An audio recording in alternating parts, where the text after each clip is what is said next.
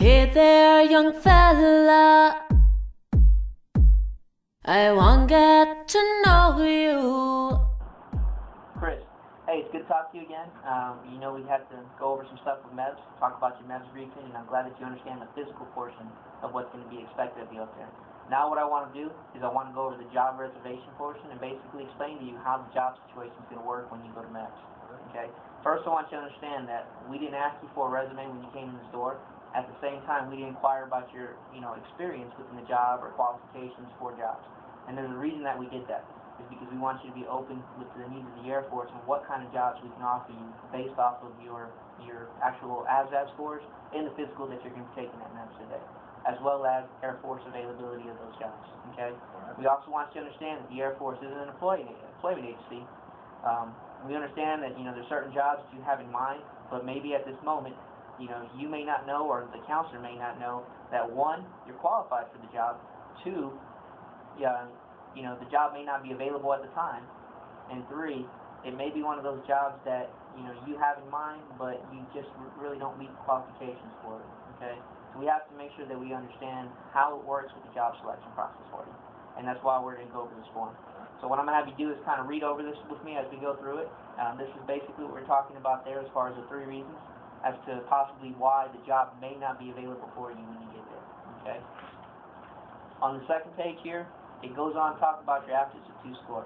The first reason we said is, hey, you got your ASVAB test, you're going to have to meet the qualifications. There are minimum qualifications for certain jobs based off of your ASVAB scores for you joining the Air Force. Okay?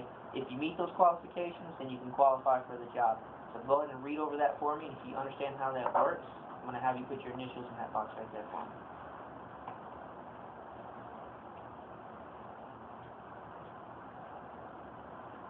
And the second thing here, it talks about there's a vast career opportunities within the Air Force, also within the civilian sector. There's going to be a lot of jobs in the Air Force that you may not be aware about that may be really interesting to you, but you just don't have the opportunity to know what those are.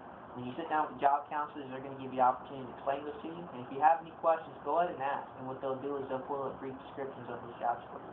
And we want you to keep in mind that we want you to be open-minded to those jobs, because it may be something that you're interested in again, or at the same time, it may be something that you may just have to do later on in the future that you just weren't aware of. So if you can read that, just put your initials in there for you as well.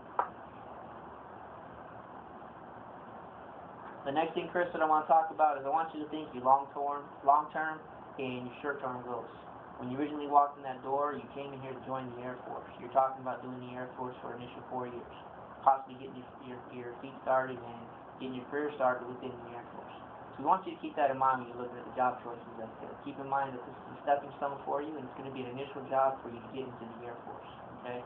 And then ultimately look at your long-term goals. Where is it going to take you, 20 years from now, the 4 years of Air Force experience that you initially get from us. Okay? So go ahead and read that. If you agree with everything there, I need your initial right there as well.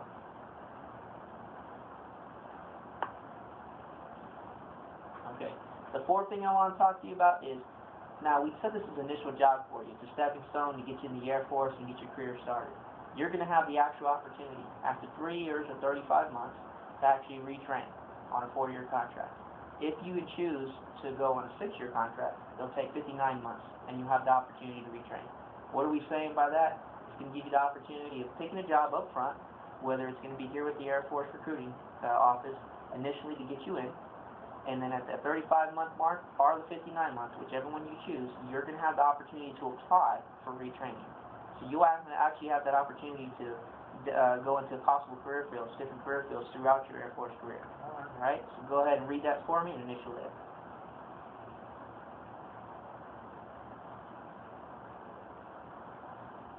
Okay. Lastly, the other thing I want to give to you, Chris, is to keep in mind that you're one out of about 74% of the community is not. What I mean by that is 74% of your community can't qualify for the Air Force, and you can. I want you to keep that in mind when you go up there and you're doing this job counseling situation. We're going to give you a huge package of benefits that are going to be given to you the minute that you sign a job contract with the Air Force. We're obligated to give that to you within the Air Force, okay? But you're obligated to keep your part. So by listing your jobs up there, when you're saying that you're willing to take one of the jobs that you put down as a choice, you're also accepting the Air Force's benefit package that we're entitled to give to you. So I want you to keep that in mind as well. So if you can read that and initial that for me. Thank you, Chris. Welcome. All right. When you're processing, we're going to put you onto what we call qualified and waiting list. Okay. There's an important aspect that you'll have to willing to understand here. Okay. There's 4 things that I want to talk about in this area.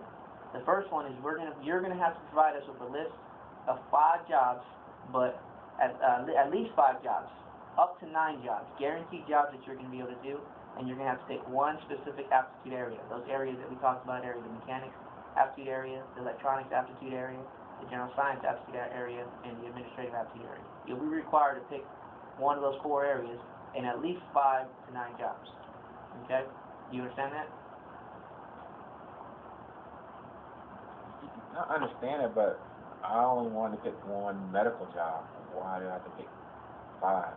Okay, and that's a very good question, Chris, but why is it you just want to do one job?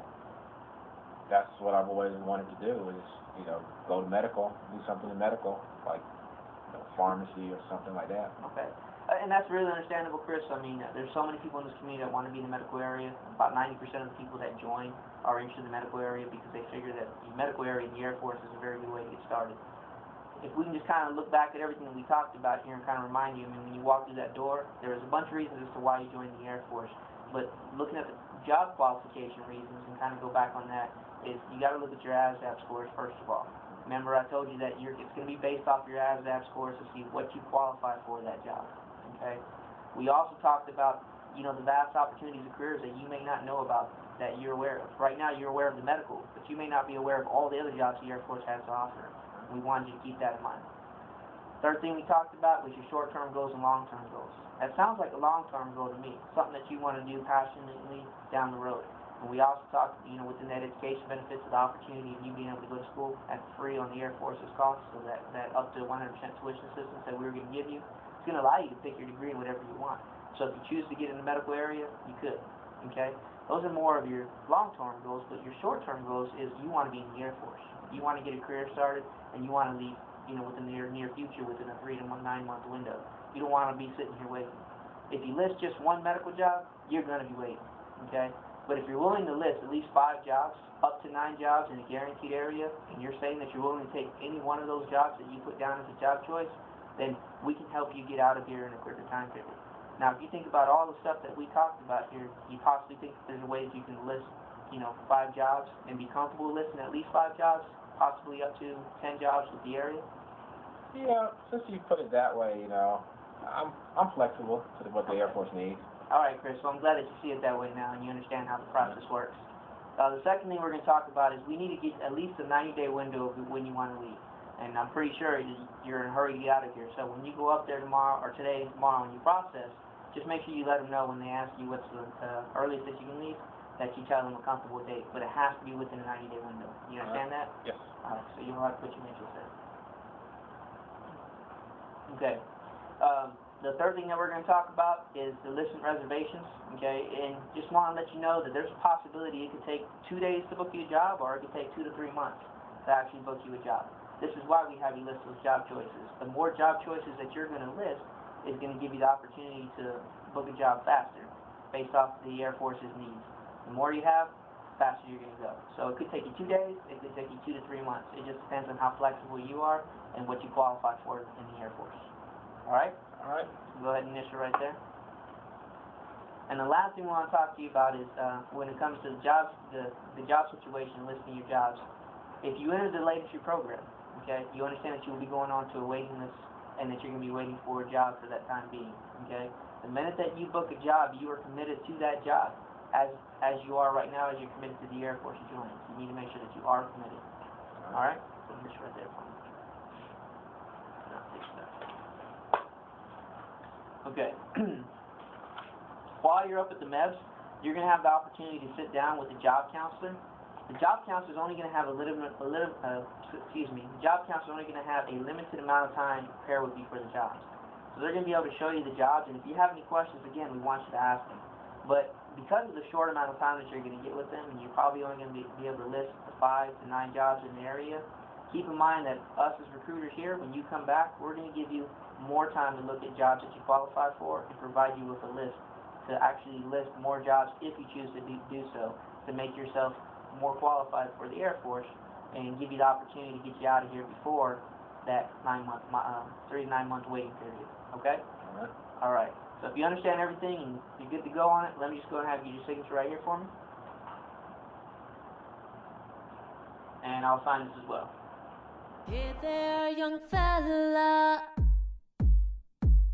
I want to get to know you. Pick up your weapon and follow me. I think we have some chemistry. Hey there, young